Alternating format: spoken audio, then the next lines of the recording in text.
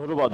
চৈত্রের এই ভোরবেলায় কিন্তু আকাশে মেঘ দেখা যাচ্ছে, একটা আবহাওয়া যে একটা গুমোট ভাব, জ্বালানি তেলেও ঠিক একই অবস্থা বিরাজ করছে। প্রতিদিন সকালেই চাহিদা এবং প্রাপ্তি নিয়ে জ্বালানি তেলের যে জটিলতা তৈরি হচ্ছে সেটা কিন্তু অব্যাহত রয়েই গেছে, ভোগান্তি আছে। আমরা এই মুহূর্তে এসেছি খুলনার প্রবেশপথে মেট্রোপলিটন ফিলিং স্টেশনে। এখানে কিন্তু যথারীতি সেই যানবাহন চালকদের দীর্ঘ অপেক্ষমান সারি আমরা দেখতে পাচ্ছি। যদি একটু চিত্রটা দেখাতে চাই, এটি হচ্ছে খুলনার মেট্রোপলিটন ফিলিং স্টেশন। এখানে কিন্তু এই ফিলিং স্টেশনের কর্মকর্তারা বলছেন তাদের এখানে প্রতিদিনের চাহিদা প্রায় 8 থেকে 10 হাজার লিটার পেট্রোল এবং অকটেনের। কিন্তু আজকে সকালেই যে ডিপো থেকে তেল সরবরাহ করেছে তাদেরকে 3000 লিটার পেট্রোল দেওয়া হয়েছে এবং 3000 লিটার অকটেন দেওয়া হয়েছে। গতকাল শুধুমাত্র এই পেট্রোল পাম্পটিতে 2000 লিটার অকটেন সরবরাহ করা হয়েছিল, যেটা কিন্তু দুপুরের মধ্যে শেষ হয়ে যায়। আজকে যে তেল সরবরাহ করেছে সেটাও কিন্তু বিকেলের মধ্যেই শেষ হয়ে যাবে এমন ধারণা করছেন এই পেট্রোল পাম্পের মালিক কর্তৃপক্ষ। অর্থাৎ বিপুল যে পরিমাণ মানুষ এবং যানবাহন চালক যে তেলের জন্য অপেক্ষা করছেন তাদের কিন্তু বিকেলের পর থেকে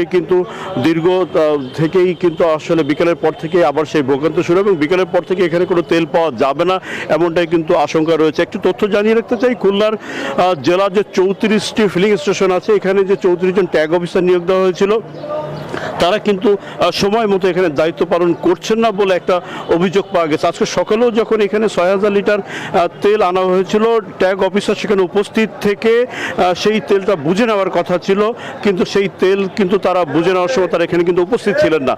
আমরা যেটা জানতে পেরেছি যে এই ট্যাগ অফিসাররা পরবর্তীতে এখানে আসেন এবং তারা এখানে তারা এখানে কাগজে কলমে এই তথ্যটুকু টুকে নেন। কিন্তু যে নিয়ম বেঁধে দেওয়া হয়েছিল যে এখানে সকালবেলায় এই তেলটা তাদেরকে বুঝে নিতে হবে, তো এমন চিত্র কিন্তু আমরা এখানে দেখতে পাইনি।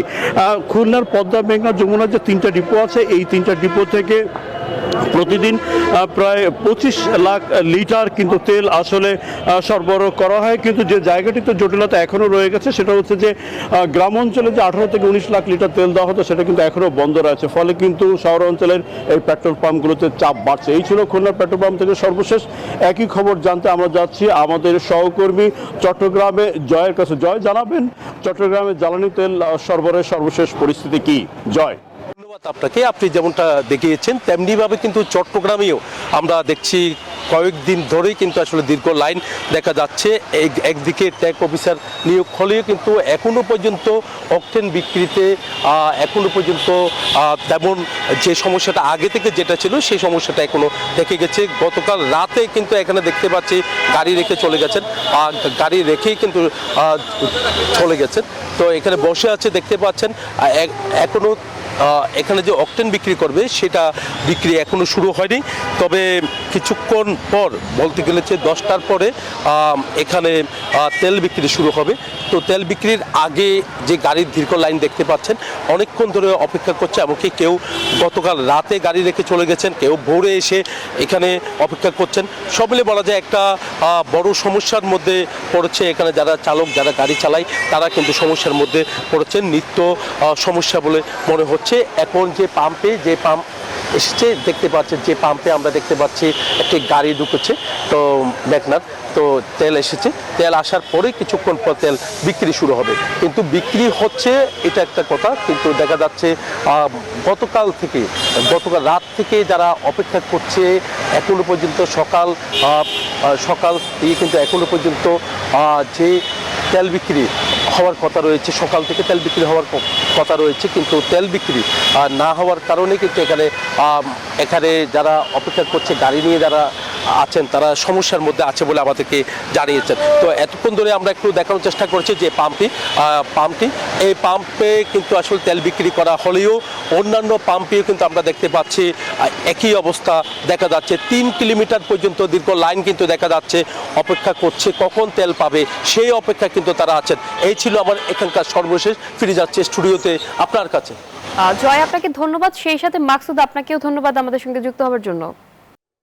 এই নারায়ণগঞ্জে কিন্তু 4টি ডিপো থেকে কিন্তু প্রতিদিন রাজধানী ঢাকা এবং আশেপাশের 15টি জেলায় কিন্তু এই জ্বালানি তেল সরবরাহ করে থাকে। আমরা এখন অবস্থান করছি নারায়ণগঞ্জের মেঘনা ডিপো, যেটা সিদ্ধিরগঞ্জে। সেই ডিপো থেকে কিন্তু আজকে 124টি প্রতিষ্ঠানে তারা এই জ্বালানি তেল সরবরাহ করছে। বিশেষ করে এর মধ্যে কিন্তু রয়েছে ফিলিং স্টেশন, পাশাপাশি শিল্প প্রতিষ্ঠান রয়েছে। তবে এর আগে যেমন ডিলার পর্যায়ে যেমন এই জ্বালানি তেল সরবরাহ করা হতো না, তবে গত দুদিন ধরে কিন্তু এই ডিলার পর্যায়ে বিশেষ করে মফস্বল এলাকার যারা ডিলার রয়েছে তাদেরকে কিন্তু স্বল্প পরিমাণে জ্বালানি তেল সরবরাহ করা হচ্ছে। তবে নারায়ণগঞ্জের 4টি ডিপো থেকে কিন্তু মফস্বল এলাকার যেসব রয়েছে বিশেষ করে যারা অকটেন এবং পেট্রোলের কিন্তু সরবরাহ তুলনামূলক খুবই কম।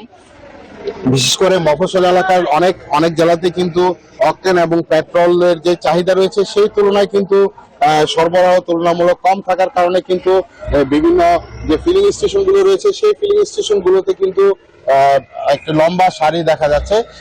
এই নারায়ণগঞ্জে যে 4টি ডিপো রয়েছে প্রতিটি ডিপো থেকে কিন্তু শতাধিক ফিলিং স্টেশন এবং শিল্প কারখানা এবং ডিলার এবং মেরিন ডিলার পর্যায়ে কিন্তু জ্বালানি তেল সরবরাহ করা হচ্ছে, যার মধ্যে কিন্তু এই 4টি ডিপো থেকে প্রায় 50 লাখ লিটারের কাছাকাছি কিন্তু এই প্রতিদিন জ্বালানি তেল সরবরাহ করা হয়ে থাকে। এবং আপনারা দেখতে পাচ্ছেন সকাল থেকে কিন্তু 7টা থেকে এই ডিপোগুলো থেকে জ্বালানি তেল সরবরাহ শুরু হয়, যেটা চলবে বিকাল 3টা পর্যন্ত। আপনারা দেখতে পাচ্ছেন ডিপোর সামনে কিন্তু অপেক্ষমান রয়েছে এই ট্যাঙ্ক লরিগুলো। একটি যখন প্রবেশ করছে তারা এই তেল সংগ্রহ করার পরে তারা সেই তেল সংগ্রহ করে তারা ফিরে যাচ্ছে এই তাদের যে গন্তব্যে ফিলিং স্টেশন এবং যে শিল্প কারখানা রয়েছে। এই মেঘনা ডিপো থেকে আজকে প্রায় 100টির মতো রয়েছে আপনার যারা ফিলিং স্টেশন এবং 24টি রয়েছে শিল্প প্রতিষ্ঠান যারা যারা ব্যক্তিগত ভাবে তারা এই ডিপো থেকে তারা প্রতিদিন জ্বালানি তেল নিয়ে থাকে।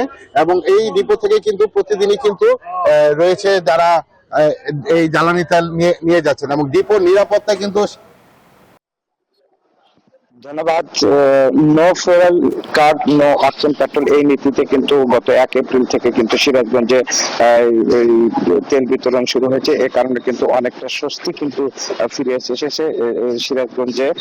তবে লাইনে দাঁড়িয়ে কিন্তু এই যারা গ্রাহক তাদেরকে তেল নিতে হচ্ছে এবং এই পাম্পগুলোতে একজন ট্র্যাক অফিসার এবং পুলিশ কিন্তু মোতায়েন রয়েছে যাতে কোনো বিশৃঙ্খলা না হয়।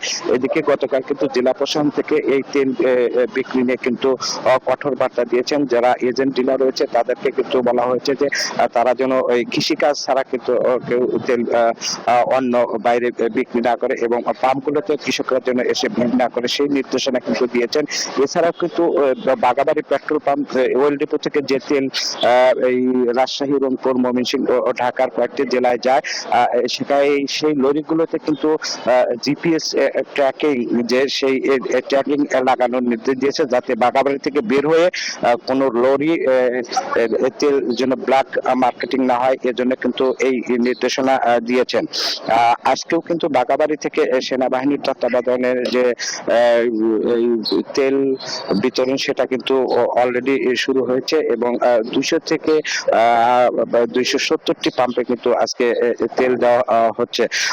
এদিকে কিন্তু তেল সংকটের কারণে কিন্তু যে কৃষি ব্যবস্থা রয়েছে সেই কৃষি উৎপাদন কিন্তু অনেকটা সংখ্যা প্রকাশ করেছে কৃষকরা। আমরা যতটুকু জানতে পেরেছি এবছর 1,31,000 হেক্টর জমিতে কিন্তু বোরো আবাদের চাষ হচ্ছে। কৃষকরা যেটা বলেছে এই মুহূর্তে বোরো ধানের যে শীষ সেই শীষ কিন্তু বের হচ্ছে। এই মুহূর্তে যদি তেলের সংকট হয় তাহলে কিন্তু ধানের যে চিটা সেটা সম্ভাবনার রয়েছে। এ কারণে কিন্তু উৎপাদন যে লক্ষ্যমাত্রা সেই উৎপাদন লক্ষ্যমাত্রা কিন্তু ব্যাহত হবে। সে কারণে কিন্তু জেলা প্রশাসন বিষয়টি গুরুত্ব দিয়েছে এবং এজেন্ট ডিলার যারা রয়েছে যাদের প্রান্তিক পর্যায়ে তেল বিক্রি করার কথা তারা কিন্তু সেই তেল কিন্তু ব্ল্যাক মার্কেটিং এ বিক্রি করার চেষ্টা করছে। এই অবস্থায় কিন্তু জেলা প্রশাসন কঠোর অবস্থান সব মিলে যদি তেল ব্ল্যাক মার্কেটিং না হয় এজেন্টরা যদি সঠিকভাবে তেল বিতরণ করে তাহলে কিছু সংকট কেটে যাবে এবং পাম্পারগুলো যদি সঠিকভাবে বিক্রি করে তাহলে কিন্তু বাইকারদের সংকটও কেটে যাবে বলে মনে করছেন। এই ছিল আমার কাছে সিএমএন থেকে সর্বশেষ কৃষি স্টুডিওতে রাখি যে আপনার কাছে। সাইম, ধন্যবাদ আপনাকে আমাদের সঙ্গে যুক্ত হওয়ার জন্য। 200-র বেশি সার্ভিস ও ফিচারে লেনদেনের সব বিকাশ অ্যাপে সম্ভব।